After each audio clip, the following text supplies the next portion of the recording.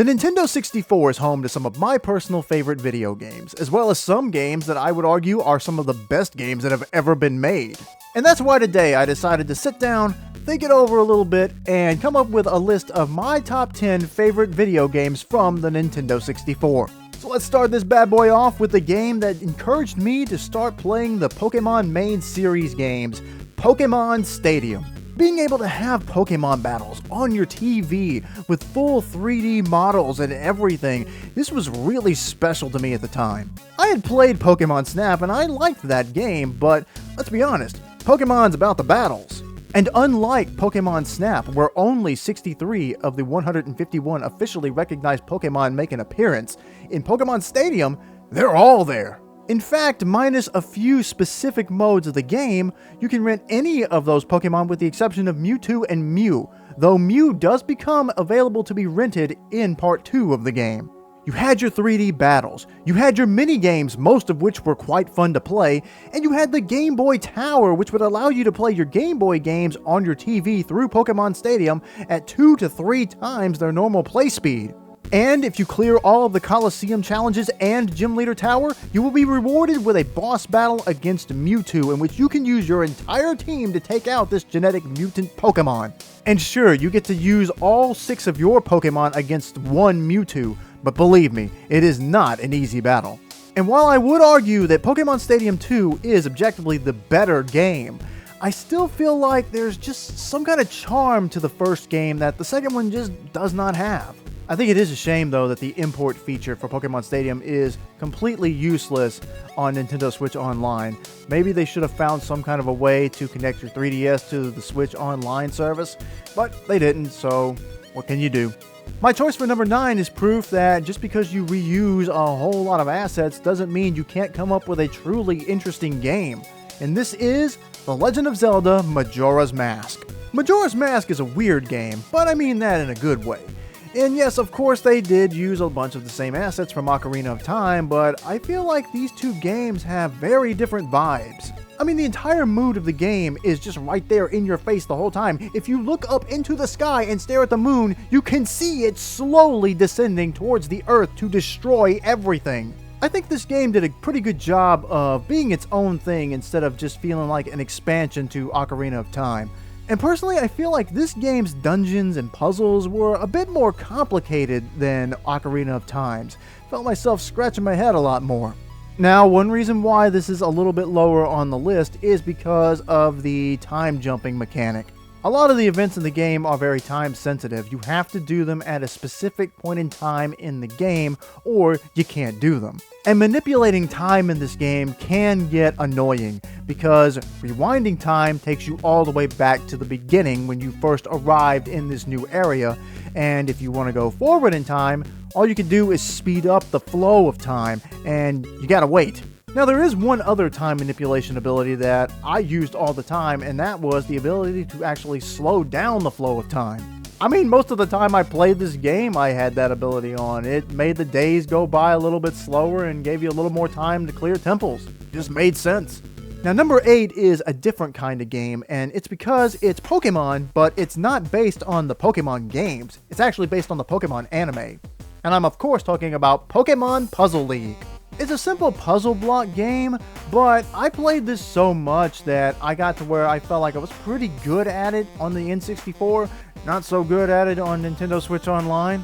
The one-player mode for this game is perfectly fine. There's nothing horrible or particularly great about it, but the multiplayer is where this game shines. If you want to be really entertained, then find 2 people who are really good at this game and prepare to be dazzled by how fast they can move some of these blocks around. I wish when I had played this on Nintendo Switch a while back that I had been able to sort of recapture that same energy I had back in the day, but it just wasn't there. Still a really fun game though. If you haven't played it before, jump on Nintendo Switch Online and give it a whirl. Now everybody, it's party time! And that's because my choice for number 7 is Mario Party 2. Now, I've played most of the Mario Party games over the years, including some of the more recent ones on Nintendo Switch, but I really feel like the second one is where it was at its absolute best. The characters would wear costumes that were themed based on whatever board you were playing on, which is a feature that I think was exclusive to this game.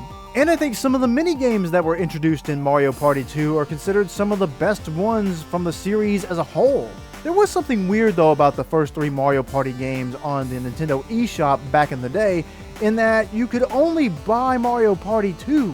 Mario Party 1 and 3 were not available for purchase. I mean, don't you think it's weird that they would only sell you the second game and not the first game that was an improvement, or the third game which should have theoretically been an improvement upon the second one? We've now arrived at number 6, and this game is actually the only one on this list that is not available to be played on Nintendo Switch Online, which I think should be considered some kind of crime against humanity. I'm of course talking about Super Smash Bros. This is the beginning of what would become a video game franchise that was dedicated to the celebration of video games in their entirety. It is kind of funny to think that Smash originated as basically a meme, and then when Sakurai and his team pitched it to Nintendo, they just looked at him and said, no. Smash is one of Nintendo's biggest franchises. The fact that they initially told Sakurai that nobody would really want to play a game where Mario is punching Link in the face because they just wouldn't get it is just unbelievable. What's even funnier is if you stop and think about Nintendo's strict guidelines these days with using assets that they own without their permission to make your own fan games, is that's basically what Sakurai and his team ultimately did for Smash. They went ahead and used Nintendo's characters even though they were told not to. They're just lucky that they ended up being right about people wanting to play a game like this, and Miyamoto ended up liking the demo as well. Think about that. Things could have been way different if Nintendo had gotten mad at them for using their characters without legal permission. Anyway, what can I say? This is Super Smash Bros. This is where one of the greatest crossover games of all time started. I just can't for the life of me, though, figure out why they still haven't put this on Nintendo Switch Online. Nintendo, if you want to make even more money, Smash Bros. 64 on NSO with online play. Just make sure the online play is actually good. Okay. Before we get into number 5, I've got to admit something here. I have actually never played through all of Banjo-Kazooie. You suck! Okay, I hear you, I understand. But in my own defense, I did try to start a run in Banjo-Kazooie a while back for the channel, but I started it after work, and I was really tired, and I nodded off not long after starting my run. Wait a minute. Wait, who are you?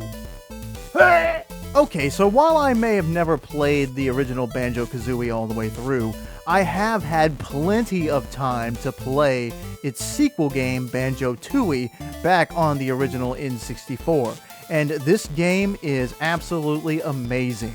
Now, while it's obvious that the N64 Banjo games were clearly inspired by Super Mario 64, and that was sort of what they wanted to sort of mimic in a way, I feel like there's much more focus on the exploring aspect of gameplay for Banjo as opposed to just the movement and control of the character from Mario 64. That's not to say that movement's not important in Banjo, because they give you a lot of different ways to get around, but I feel like you're rewarded more for searching around Banjo, or at least these worlds are more interesting than the Mushroom Kingdom was. The cast of characters here is absolutely phenomenal. Everybody's just got so much personality, and it just works. It's so silly, and it's just over the top all the time, and it's a blast to play through every single time. And if you get bored of the main game, you can go to multiplayer mode and play some of the mini games that you encounter through the one-player mode with some of your friends. I'm telling you, one of the funnest things to do in this game is go to the multiplayer mode and pick Ordnance Storage Shootout, where everybody picks Jinjo. Jinjo is the fastest of the characters you can pick from, but also has the lowest health. And it turns out that the grenade eggs actually do the exact same damage as Jinjo has health. So if you're looking for good, chaotic, hilarious fun, then that's exactly where you'll find it. Number 4 is a game that I've actually played all the way through on this channel, and it wasn't all that long ago. This is Paper Mario. I know a lot of people were disappointed with the way the more recent Paper Mario games have gone, and if you've ever played this one or the Thousand Year Door, you can see why those people missed these earlier games. The artistic direction for this game is great. I think making everything look like it came out of an arts and crafts room is wonderful, and it's just a really fun game to play. I think other than backtracking at certain points gets kind of annoying, and the fact that the items you're allowed to carry is pretty limited, this is a otherwise great game. If you haven't played it yet, go play it. Now we're getting into the top 3, which means we're getting into the really good games now. And at number 3, I have chosen Mario Kart 64. I enjoyed Super Mario Kart on the SNES, and I've really enjoyed Mario Kart Deluxe 8 on the Nintendo Switch, but I just can't let go of Mario Kart 64 in my heart as my favorite of this series. There's still only 8 characters in this game, which is no more than what they had on the SNES, but all of the courses here are just so fun. And you know this game really did stick with people because most of the courses in this game were remade for Mario Kart 8 Deluxe. Now, in the years that I've played this game, both on the N64 and the Nintendo Switch, it does have some weird audio issues that in multiplayer modes you can't hear the music, and back in the day on the N64, certain characters wouldn't have any sound at all in multiplayer. I've never looked up why those audio issues were happening, but I was having so much fun playing the game that I just didn't care. If you like the good chaotic fun of the Banjo-Tooie minigames that we talked about earlier, then pick this game and unlock Mirror Mode and try to race on Toad's Turnpike with all of those gigantic vehicles coming straight at you. It's games like this that made Nickelodeon and Sega want to make their own racing games. Like, why does Sonic the Hedgehog need a racing game where he's driving a car when he can run faster than any car you could ever produce?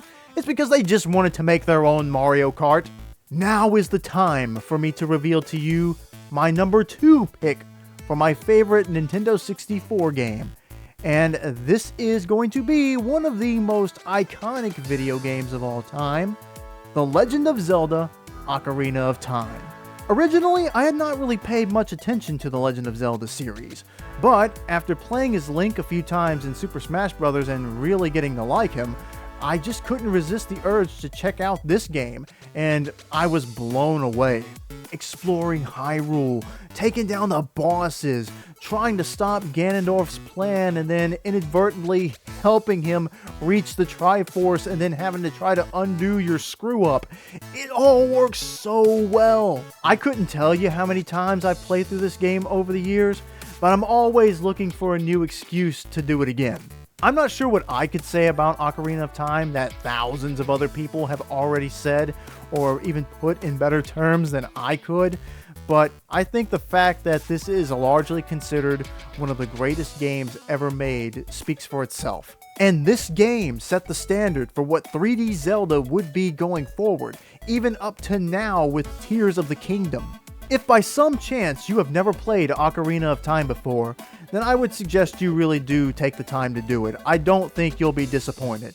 And finally, it's time for me to reveal my number 1 most favorite Nintendo 64 game. And if you've watched my channel long enough, you know what the answer is. There are 2 specific games that I consider to be my absolute favorite video games ever.